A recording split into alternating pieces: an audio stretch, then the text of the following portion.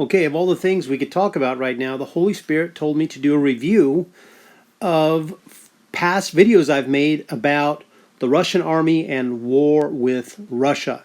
So in this particular vision, the Holy Spirit showed me a special, unique type of an artillery cannon. And this cannon was able to fire, I believe, way further than anyone would typically expect. The problem with a long range artillery cannon is that when it fires, it vibrates, and that vibration is enough over an extended difference, say even just a few 5-6 miles, that it will not land where you wanted it to land. So you can fire once, and then you have to wait while the vibration damps down. So then you can fire it again. And this time in between shots is a minimum of 1 minute. So what I see is that these people had built a special device, and you can see the picture I drew here on this dry board. But actually, in the smaller layer, the thinner layer, there actually were a large number of springs, and there may have even been a third layer. So the base layer from the ground was somewhat tall, and they had these huge springs there. So when this thing fired, this complex, carefully designed series of springs quickly dampened out the vibration and stabilized it so that it could fire again. So now you have a rapid fire, long range artillery piece. And anyone who's studied war knows that artillery is the deadliest thing on a battlefield. Most casualties, typically about 2/3 of the casualties on a battlefield, come from artillery, mortars, artillery, bombs dropped by air. Now, the next dream, so these dreams I posted originally back in 2009. In this dream, it starts off, there's like a line of conflict. There's some Americans, and they are dug in. That's American infantry, soldiers, fighting men.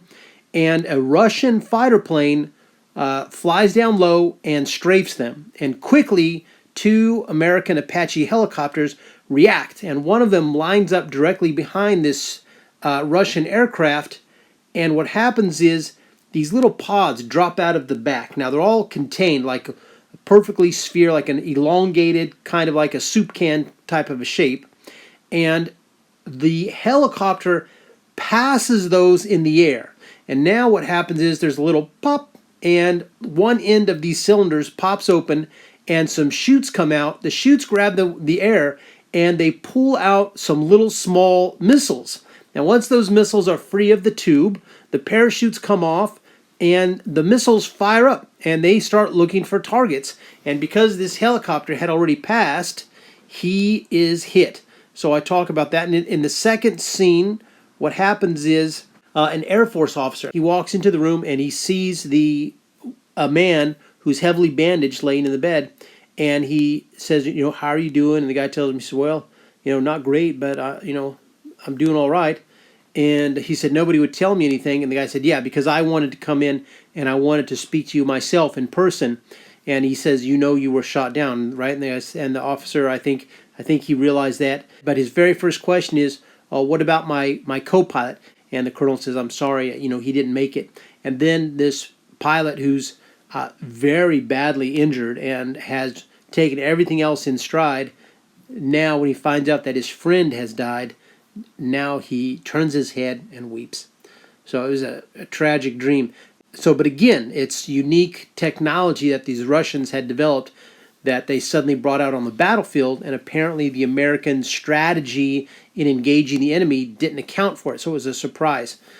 This dream was from 1994 or 1995. It's not on my YouTube channel. It's on my blog, dreamtraining.blogspot.com.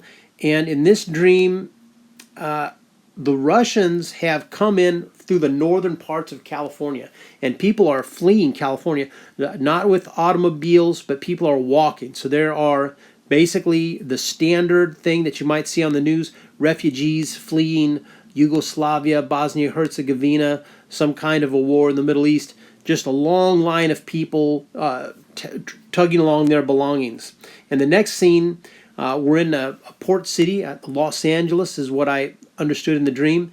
And there are tent cities everywhere. People are being fed in soup kitchens, and they're paying for this in coins. Now, in this dream, this is a vetted dream, not a fulfilled dream, but a vetted dream, meaning that one portion of the dream was proven to have been prophetic, in that in this dream, I look down and I see all the coins, and I say, well, I'm going to look at this carefully so that if I happen to see this in a dream in the past, I will understand something. And so I have one quarter, and this quarter is a normal looking quarter front and back.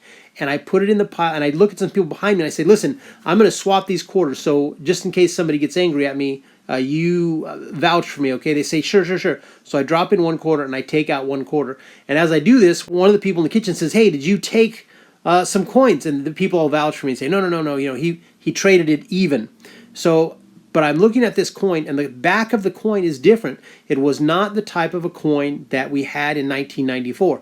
And it was only a few years after this dream that they began to make the state quarters, where they changed the backs of the coins. So this dream is titled The Secret Wealth of Russia, because it actually shows two hidden wealths that they have.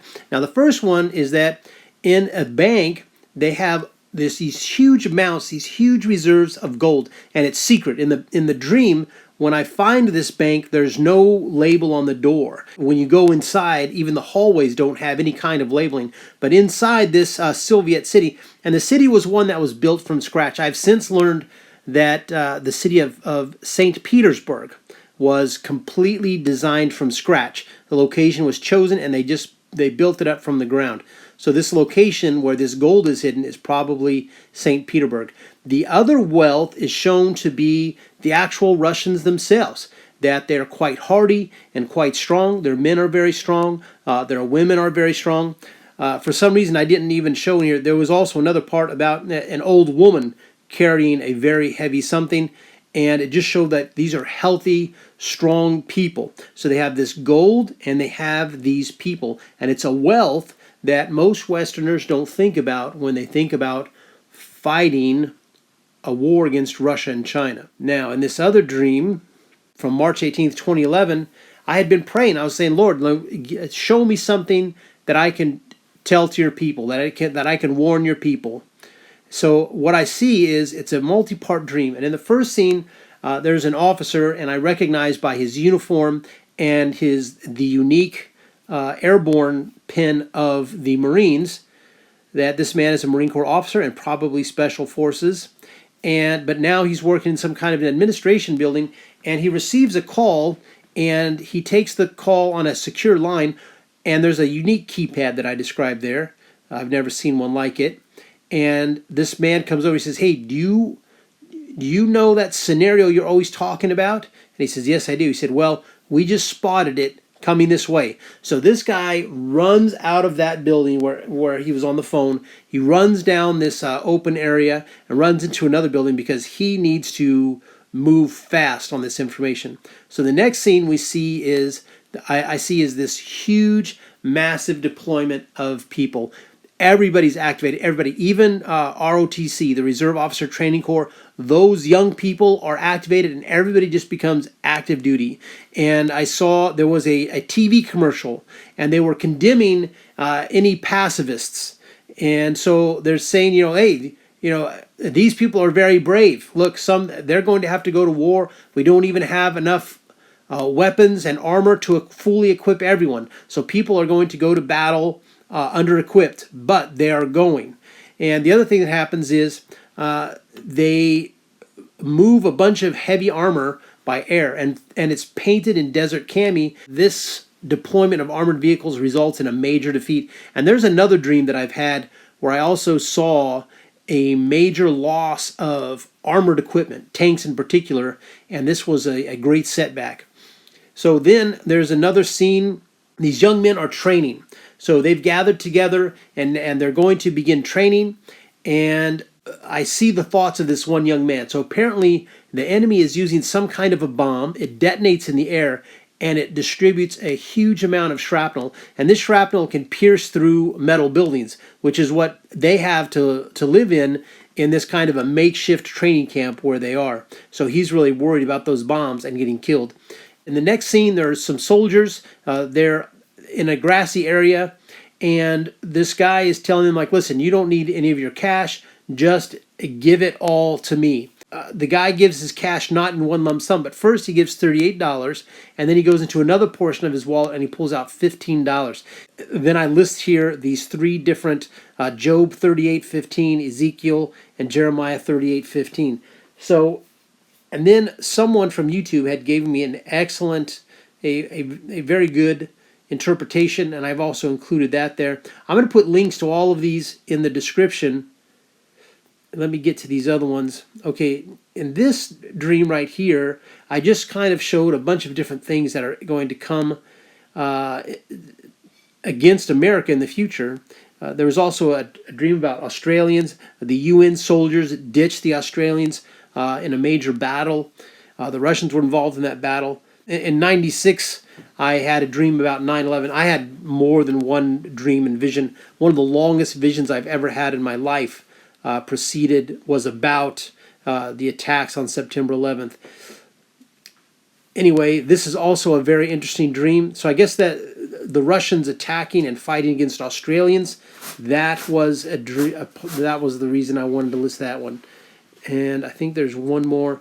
Okay, now the other one is, this isn't a dream, but this is something that I've seen. I made this 3 days ago.